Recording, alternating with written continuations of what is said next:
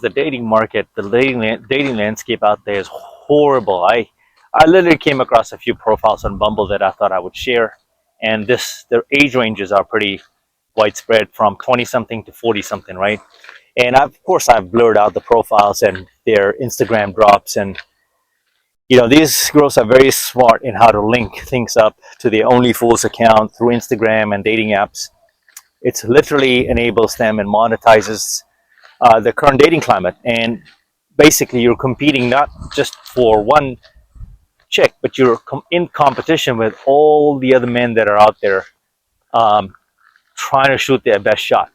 And you probably don't even make it to their red, messages. Literally, one of the profiles says that she's obviously turned 30 years old, and she wrote there very briefly that I'm kind of what she's essentially told on herself is she's been in the streets from ages probably 18, maybe younger than that, but she's been in the streets since 18 to 30 years old. And now she's telling on herself by saying that I don't belong on the streets. The streets are too much for me. That it's time to clean up, and some guy is going to take me out of and pick me, basically put a ring on it and get me off of the streets.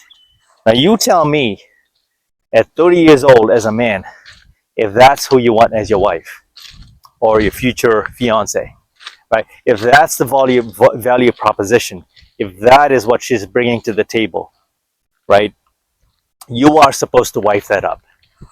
I can't fathom that language, that history that she's actually put out there without, tell me about yourself without telling me about yourself, right? Talk about giving away your dirty, dark secrets, right? And like I said, it never fails. When you see them reaching that age of 28, 29, 30, something remarkable happens, isn't it?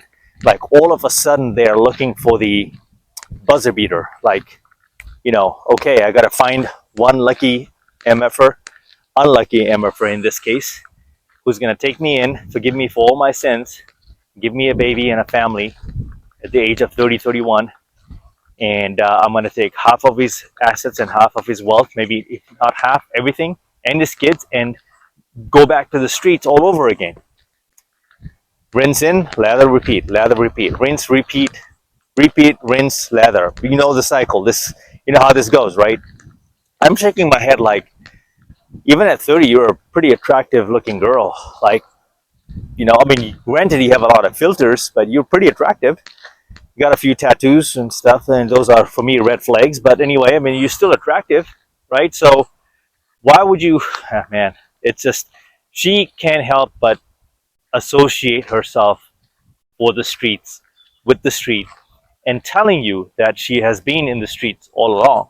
And the sad part is that some man out there, some really desperate guy who should be building his life and looking elsewhere and looking maybe upward in the down, going a little younger on the age bracket is going to wave her up.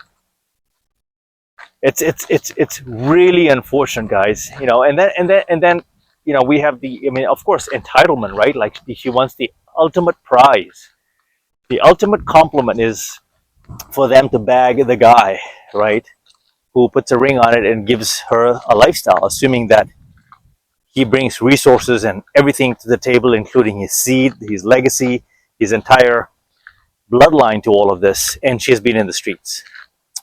The question is, girl, what have you brought to the table? Outside of you thinking you're the table, outside of you thinking your market value is still 10 out of 10, outside of you being a 10 out of 10, which you're not, but you still think you are, right? What are you bringing to the table? Outside of being in the streets and giving everyone access to the one thing that you're supposed to preserve and value. If you don't respect yourself, how do you expect your future husband to respect you and give you the ultimate prize, which is marriage? You can't tell this to a female, guys, because this is logic. They're still going to find a way to shame you for sounding so logical, because they don't care what men want, what men need, what men like. They don't give a shit. They don't give a shit. It's their way or the highway. It's a lot of power, a lot of control. Essentially, that's what they want. That's really the goal. It's a power game. This other profile I came across, they somehow piece and parcel up their value proposition by saying that you would only get a date if you're able to deliver flowers and a fancy ride that picks me up to a dinner reservation. How much do you think those flowers are going to cost you? Because even though you fail on the flower delivery, meaning that the flower is subpar, but you send her a limousine or a fancy car, the combination of those two things, how much do you think it's going to add up to? Just setting the stage here, the expectations of the flowers and the fancy ride. She wants that treatment, right? Just the flowers and that ride, you're looking at about between $300 to $1,000. $300 to $1,000, depending on the ride, depending on the flowers, depending on the distance, and sometimes us guys go over the top for someone we don't even know. She thinks she's deserving of all of this at her age. And I'm not saying someone at 24 or 21 deserves all of this. I'm just saying the entitlement, right? And then you later complain about where have all the good men gone with all these ridiculous standards, these ridiculous requirements, right? Somehow you feel you're entitled to that fancy dinner, to the resources, and for that treatment. Because deep down inside, even the prior profile that I showed you and I shared, some guy out there did absolutely nothing. They did absolutely nothing, and she slept with them. She slept with those guys. They did the bare minimum.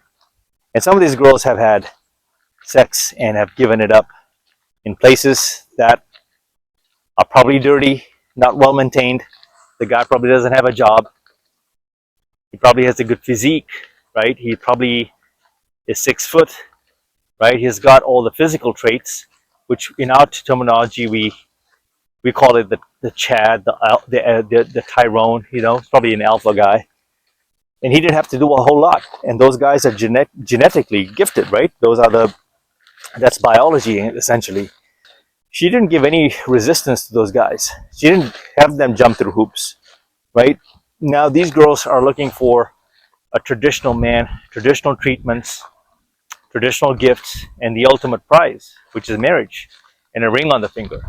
And even that's not going to be enough, because over half the time, it's a validation and a stamp that they caught a unlucky MFer to put a rock on that finger. That God knows where that finger has been either. But that's where we are, guys. Like, how do you expect flower delivery and a private ride pick you up and then drop you off to a fine cuisine? You see, she's telling on herself. She's telling on herself. What she's telling you is that when she was younger, and you can tell that this chick is absolutely, she was an absolute gorgeous. She's still very good looking, but she was gorgeous during her day. So you can tell that a lot of men did a lot of things for her, and they treated her a certain way, where you have to now, the coffee date's not going to suffice.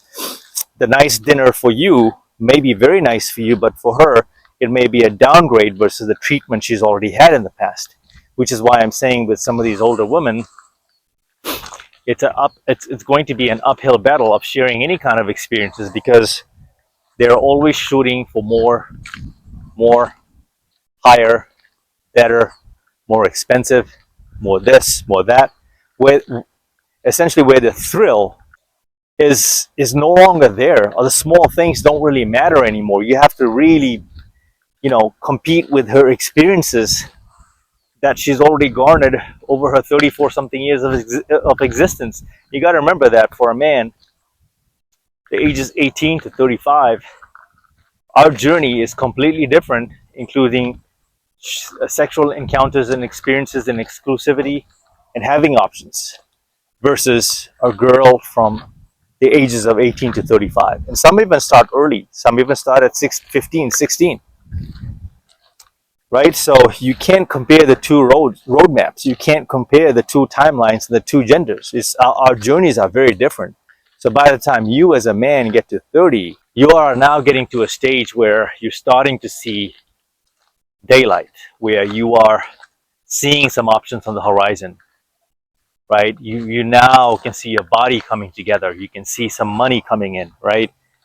And so this is why I'm saying when you turn 35, and I made a video for this, is that your prime doesn't really begin until 35. Like you really start hitting that, and it just goes like this. And if you triple down, double down on self-improvement, triple down, quadruple down on self-improvement, you've just added more to the life. So you're only going, your trajectory is only upward, guys. And so you have the opportunity to either pick, you can either pick that 30-year-old, you can pick that 34-year-old or the 40-something-year-old, or you can go with someone that who would appreciate. It's going to be still tough because some of these younger chicks are really hot and heavy with experiences and being flown out all over the world globally and experiencing a fine life. But you know, you would still roll the dice, at least if you're pursuing it in that sense, and place your bets on a little bit of a younger lady, if that makes sense. And the last profile I have here, guys, is someone who's well into their 40s, a lot of filter. That's another thing here, is that you just can't trust these apps because 60-70% of these people don't look like their pictures. They don't look anything like what they represent. And when you meet them, it's unfiltered. And they expect you to still take them for what their pictures are worth, and they don't look anything like their pictures. And I've had issues with this. I look exactly like my pictures. I've been told I look better than my pictures. I've actually been told I look taller in person than my pictures. I'm 5'11", right? Some people thought I'm 6 feet. All great things to have. What a great problem to have when you look better than what you presented online, which just means my pictures suck, right? Point of all of this is that this chick here, she's clearly over 40, 41. And the way she's angled the pictures, the way she's, angled herself to position it, it's all a thirst trap, essentially, right? And she expects the world. She expects the world. She got the ultimate prize here. She got the ultimate prize. She got the marriage. She got the husband. She got the whole 9 yards. And what do you know? That he's actually a cuck, right? And she's pretty much lost all respect for him. And he's apparently, I'm going to tell you, man, this is where, as a man, you have to really have your frame. And the masculine frame I was referring to is the very reason why I still believe in the traditional mindset of leading as a man and having a strong frame. Otherwise, this woman, it's going to be a power toss-up, the power struggle. They become the man in the relationship. They become the stronger figure and the stronger presences because they're able to bulldoze you, bully you, is because you never checked them in the first place to, you never had any boundaries.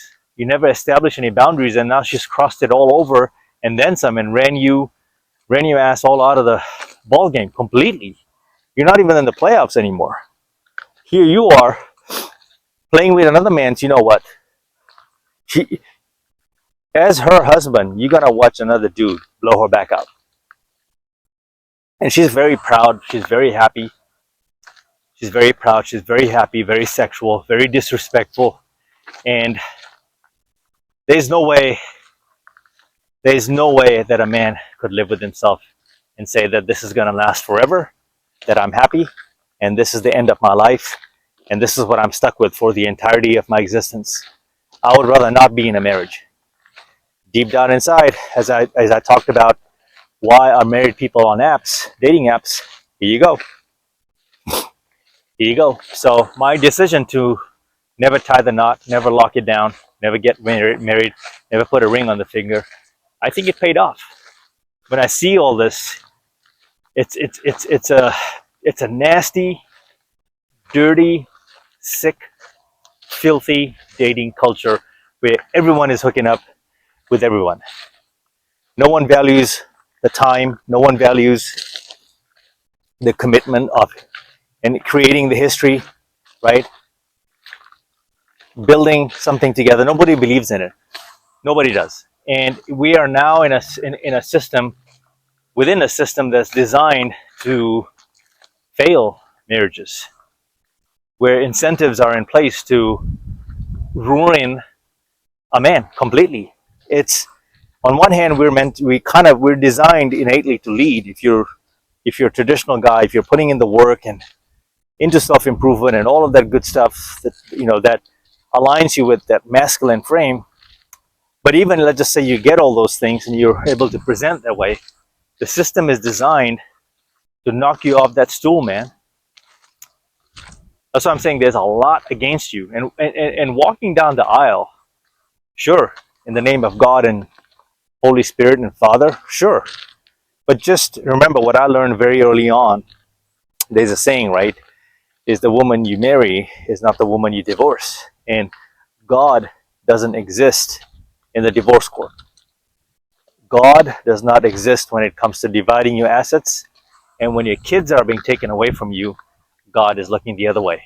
Of course, I'm being facetious here because they always guilt us into the spiritual awakening and, God said we should do this. Jesus Christ said we should do this, blah, blah, blah. But what do? They are breaking every goddamn rule in the Bible. They will cite God and they will talk about their spiritual awakening. When you tell them that in the Bible it clearly states that a man should be leading, they shame men.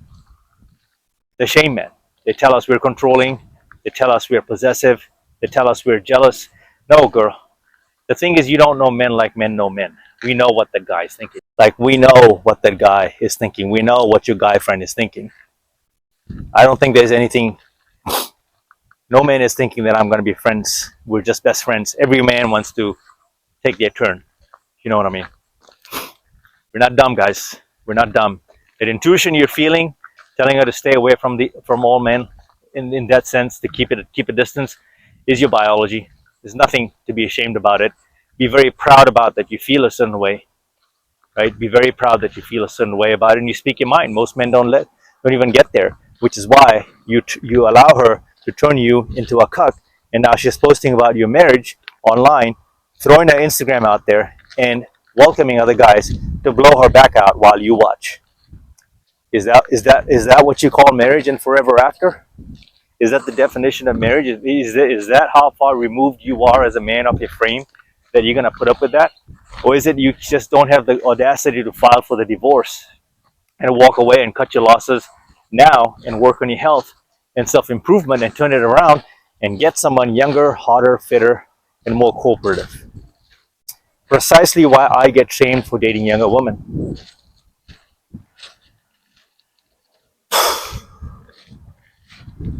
Okay? Time to call it quits here for the day, for the evening. I got my walks in, feel pretty happy. That's a good solid 50 minutes of walking here. Easily over 10,000 steps today. And can't wait to get to post-production, but until the next video, take care. I'm out.